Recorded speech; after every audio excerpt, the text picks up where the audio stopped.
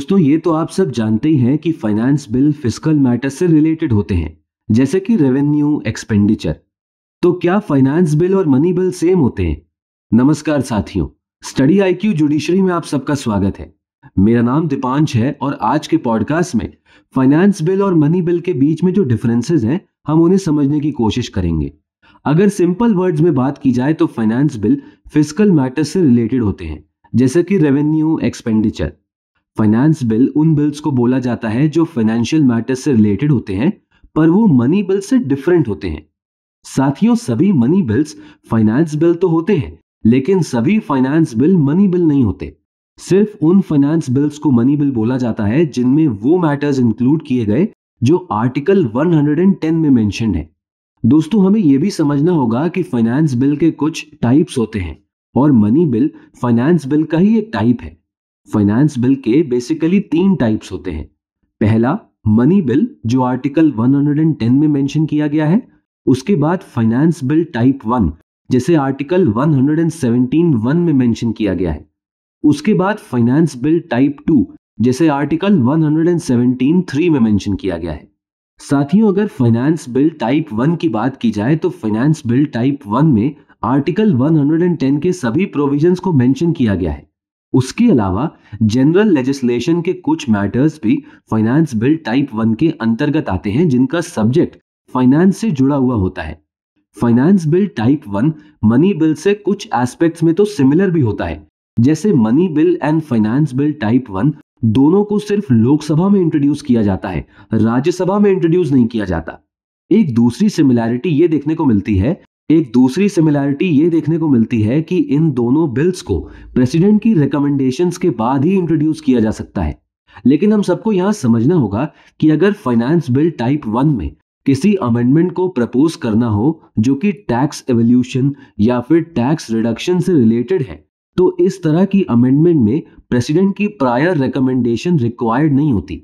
अगर finance bill type 1 के कुछ दूसरे फीचर्स की बात की जाए तो फाइनेंस बिल टाइप 1 को ऑर्डिनरी बिल की तरह ही ट्रीट किया जाता है। राज्यसभा के अंदर उसे कुछ केसेस में अमेंड भी किया जा सकता है और रिजेक्ट भी किया जा सकता है। दोस्तों, अगला इंपॉर्टेंट फीचर यह है कि अगर फाइनेंस बिल टाइप 1 के केस में पार्लियामेंट के दोनों हाउसेज में डेडलॉक होता है तो प्रेसिडेंट जॉइंट सिटिंग बुला सकते हैं।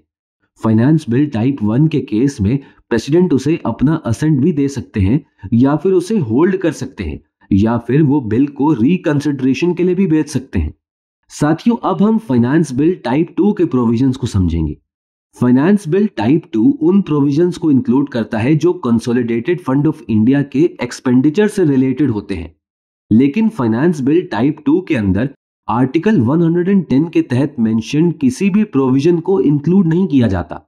फाइनेंस बिल टाइप 2 को ऑर्डिनरी बिल की तरह ही ट्रीट किया जाता है। और एक स्पेशल फीचर जो फाइनेंस बिल टाइप 2 से रिलेटेड है वो ये कि इस बिल को पार्लियामेंट का कोई भी हाउस तब तक पास नहीं कर सकता जब तक प्रेसिडेंट ने उस हाउस को बिल को कंसीडर करने के लिए रिकमेंड न किया हो। फाइनेंस बिल टाइप 2 को प्रेसिडेंट की रिकमेंडेशन के बिना ही पार्लियामेंट के किसी भी हाउस में इंट्रोड्यूस किया जा सकता है। लेकिन जब कंसिडरेशन की बात आती है तो प्रेसिडेंट का रिकमेंडेशन मैंडेटरी हो जाता है। किसी भी ऑर्डिनरी बिल की तरह पार्लियामेंट के दोनों हाउसेस फाइनेंस बिल टाइप 2 को रिजेक्ट कर सकते हैं या फिर अमेंड भी कर सकते हैं। एंड इन केस अगर कोई डिसएग्रीमेंट होता है तो प्रेसिडेंट जॉइंट सिटिंग भी बुला सकते हैं। इस बिल के रिस्पेक्ट में प्रेसिडेंट के पास ये पावर होती है कि वो बिल को या तो अपना असेंट दे दे, या फिर उसे होल्ड कर ले, या फिर बिल को रिकंसिडरेशन के लिए वापस भेज दें। साथियों, अब हम ये समझने की कोशिश करेंगे कि हमें फाइनेंस बिल की जरूरत क्यों पड़ी। जब यूनियन बजट पार्लियामेंट में पेश होता है तो यूनियन बजट में ऐसे बहुत सारे प्रोविजंस हैं जो अपकमिंग फाइनेंशियल ईयर में टैक्स चेंजेस से रिलेटेड होते हैं। बहुत बार हमने ऐसा भी देखा है कि इन चेंजेस को फाइनेंस मिनिस्टर अपनी बजट स्पीच में इंक्लूड नहीं करते, लेकिन टैक्सेशन स्ट्रक्चर में जिन चेंजेस को प्रपोज किया जाता है वो बेसिकली कुछ एग्जिस्टिंग लॉज से रिलेटेड होते हैं, और फाइनेंस बिल उन सभी कंसर्न लॉज में अमेंडमेंट के प्रोविजंस को डील करता है। यहां पर हमें यह समझना होगा कि एग्जिस्टिंग टैक्सेशन लॉज में अमेंडमेंट करने के लिए यूनियन गवर्नमेंट किसी सेपरेट अमेंडमेंट बिल को इंट्रोड्यूस नहीं करती। हाउएवर वो फाइनेंस बिल का यूज करके एग्जिस्टिंग लॉज में अमेंडमेंट करती है, जिसकी वजह से टैक्सेशन स्ट्रक्चर में कुछ चेंजेस आते हैं। तो साथियों, अब हम ये समझने का प्रयास करेंगे कि फाइनेंस बिल मनी बिल से कैसे डिफरेंट होता है। Money bill, finance bill type 1 and finance bill type 2 के बीच जो डिफरेंसेस हैं उन्हें हम पॉइंट वाइज समझेंगे। पॉइंट 1 ये कहता है कि मनी बिल सिर्फ उन प्रोविजन से डील करता है जो आर्टिकल 110 में मेंशन है। वहीं फाइनेंस बिल की दो कैटेगरीज होती हैं। फाइनेंस बिल टाइप 1 उन मैटर्स से डील करता है जो आर्टिकल 110 में तो मेंशन है, उसके अलावा finance bill type 1 general legislation के दूसरे मैटर्स से भी डील करता है। दोस्तों, फाइनेंस बिल टाइप 2 उन प्रोविजन से डील करता है जो आर्टिकल 110 में मेंशन नहीं है, लेकिन वो provisions consolidated fund of India के एक्सपेंडिचर से रिलेटेड हैं।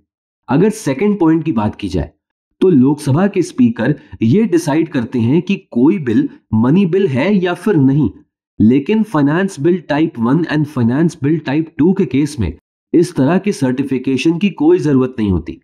पॉइंट 3 के अकॉर्डिंग मनी बिल को सिर्फ लोकसभा में इंट्रोड्यूस किया जाता है। फाइनेंस बिल टाइप 1 को भी सिर्फ लोकसभा में ही इंट्रोड्यूस किया जाता है, लेकिन फाइनेंस बिल टाइप 2 को पार्लियामेंट के दोनों हाउसेज में इंट्रोड्यूस किया जा सकता है। चौथा पॉइंट ये कहता है कि मनी बिल को इंट्रोड्यूस करने के लिए प्रेसिडेंट की रिकमेंडेशन मैंडेटरी होती है। वहीं दूसरी तरफ फाइनेंस बिल टाइप 1 को इंट्रोड्यूस करने के लिए भी प्रेसिडेंट की रिकमेंडेशन मैंडेटरी है, लेकिन फाइनेंस बिल टाइप 2 को इंट्रोड्यूस करने से पहले प्रेसिडेंट की रिकमेंडेशन मैंडेटरी नहीं होती। साथियों, फिफ्थ पॉइंट ये कहता है कि मनी बिल को राज्यसभा ना तो अमेंड कर सकती है और ना ही रिजेक्ट कर सकती है, लेकिन finance bill type 1 and finance bill type 2 को राज्यसभा अमेंड भी कर सकती है और रिजेक्ट भी कर सकती है। नेक्स्ट पॉइंट के अकॉर्डिंग मनी बिल को प्रेसिडेंट रिकंसिडरेशन के लिए रिटर्न कर ही नहीं सकते, लेकिन finance bill type 1 and finance bill type 2 को प्रेसिडेंट रिकंसिडरेशन के लिए रिटर्न कर सकते हैं। साथियों, लास्ट पॉइंट ऑफ डिफरेंस ये है कि मनी बिल के केस में जॉइंट सिटिंग का कोई भी प्रोविजन नहीं होता, लेकिन finance bill type 1 and finance bill type 2 में प्रेसिडेंट जॉइंट सिटिंग को समन कर सकते हैं। तो साथियों, आज के पॉडकास्ट में बस इतना ही। अगले एपिसोड में एक और कॉम्प्लेक्स टॉपिक को हम आप सबके लिए सिंपल वर्ड्स में ब्रेक करेंगे। तब तक आप सब स्टडी IQ जुडिशरी के साथ बने रहिए and keep studying. Thank you.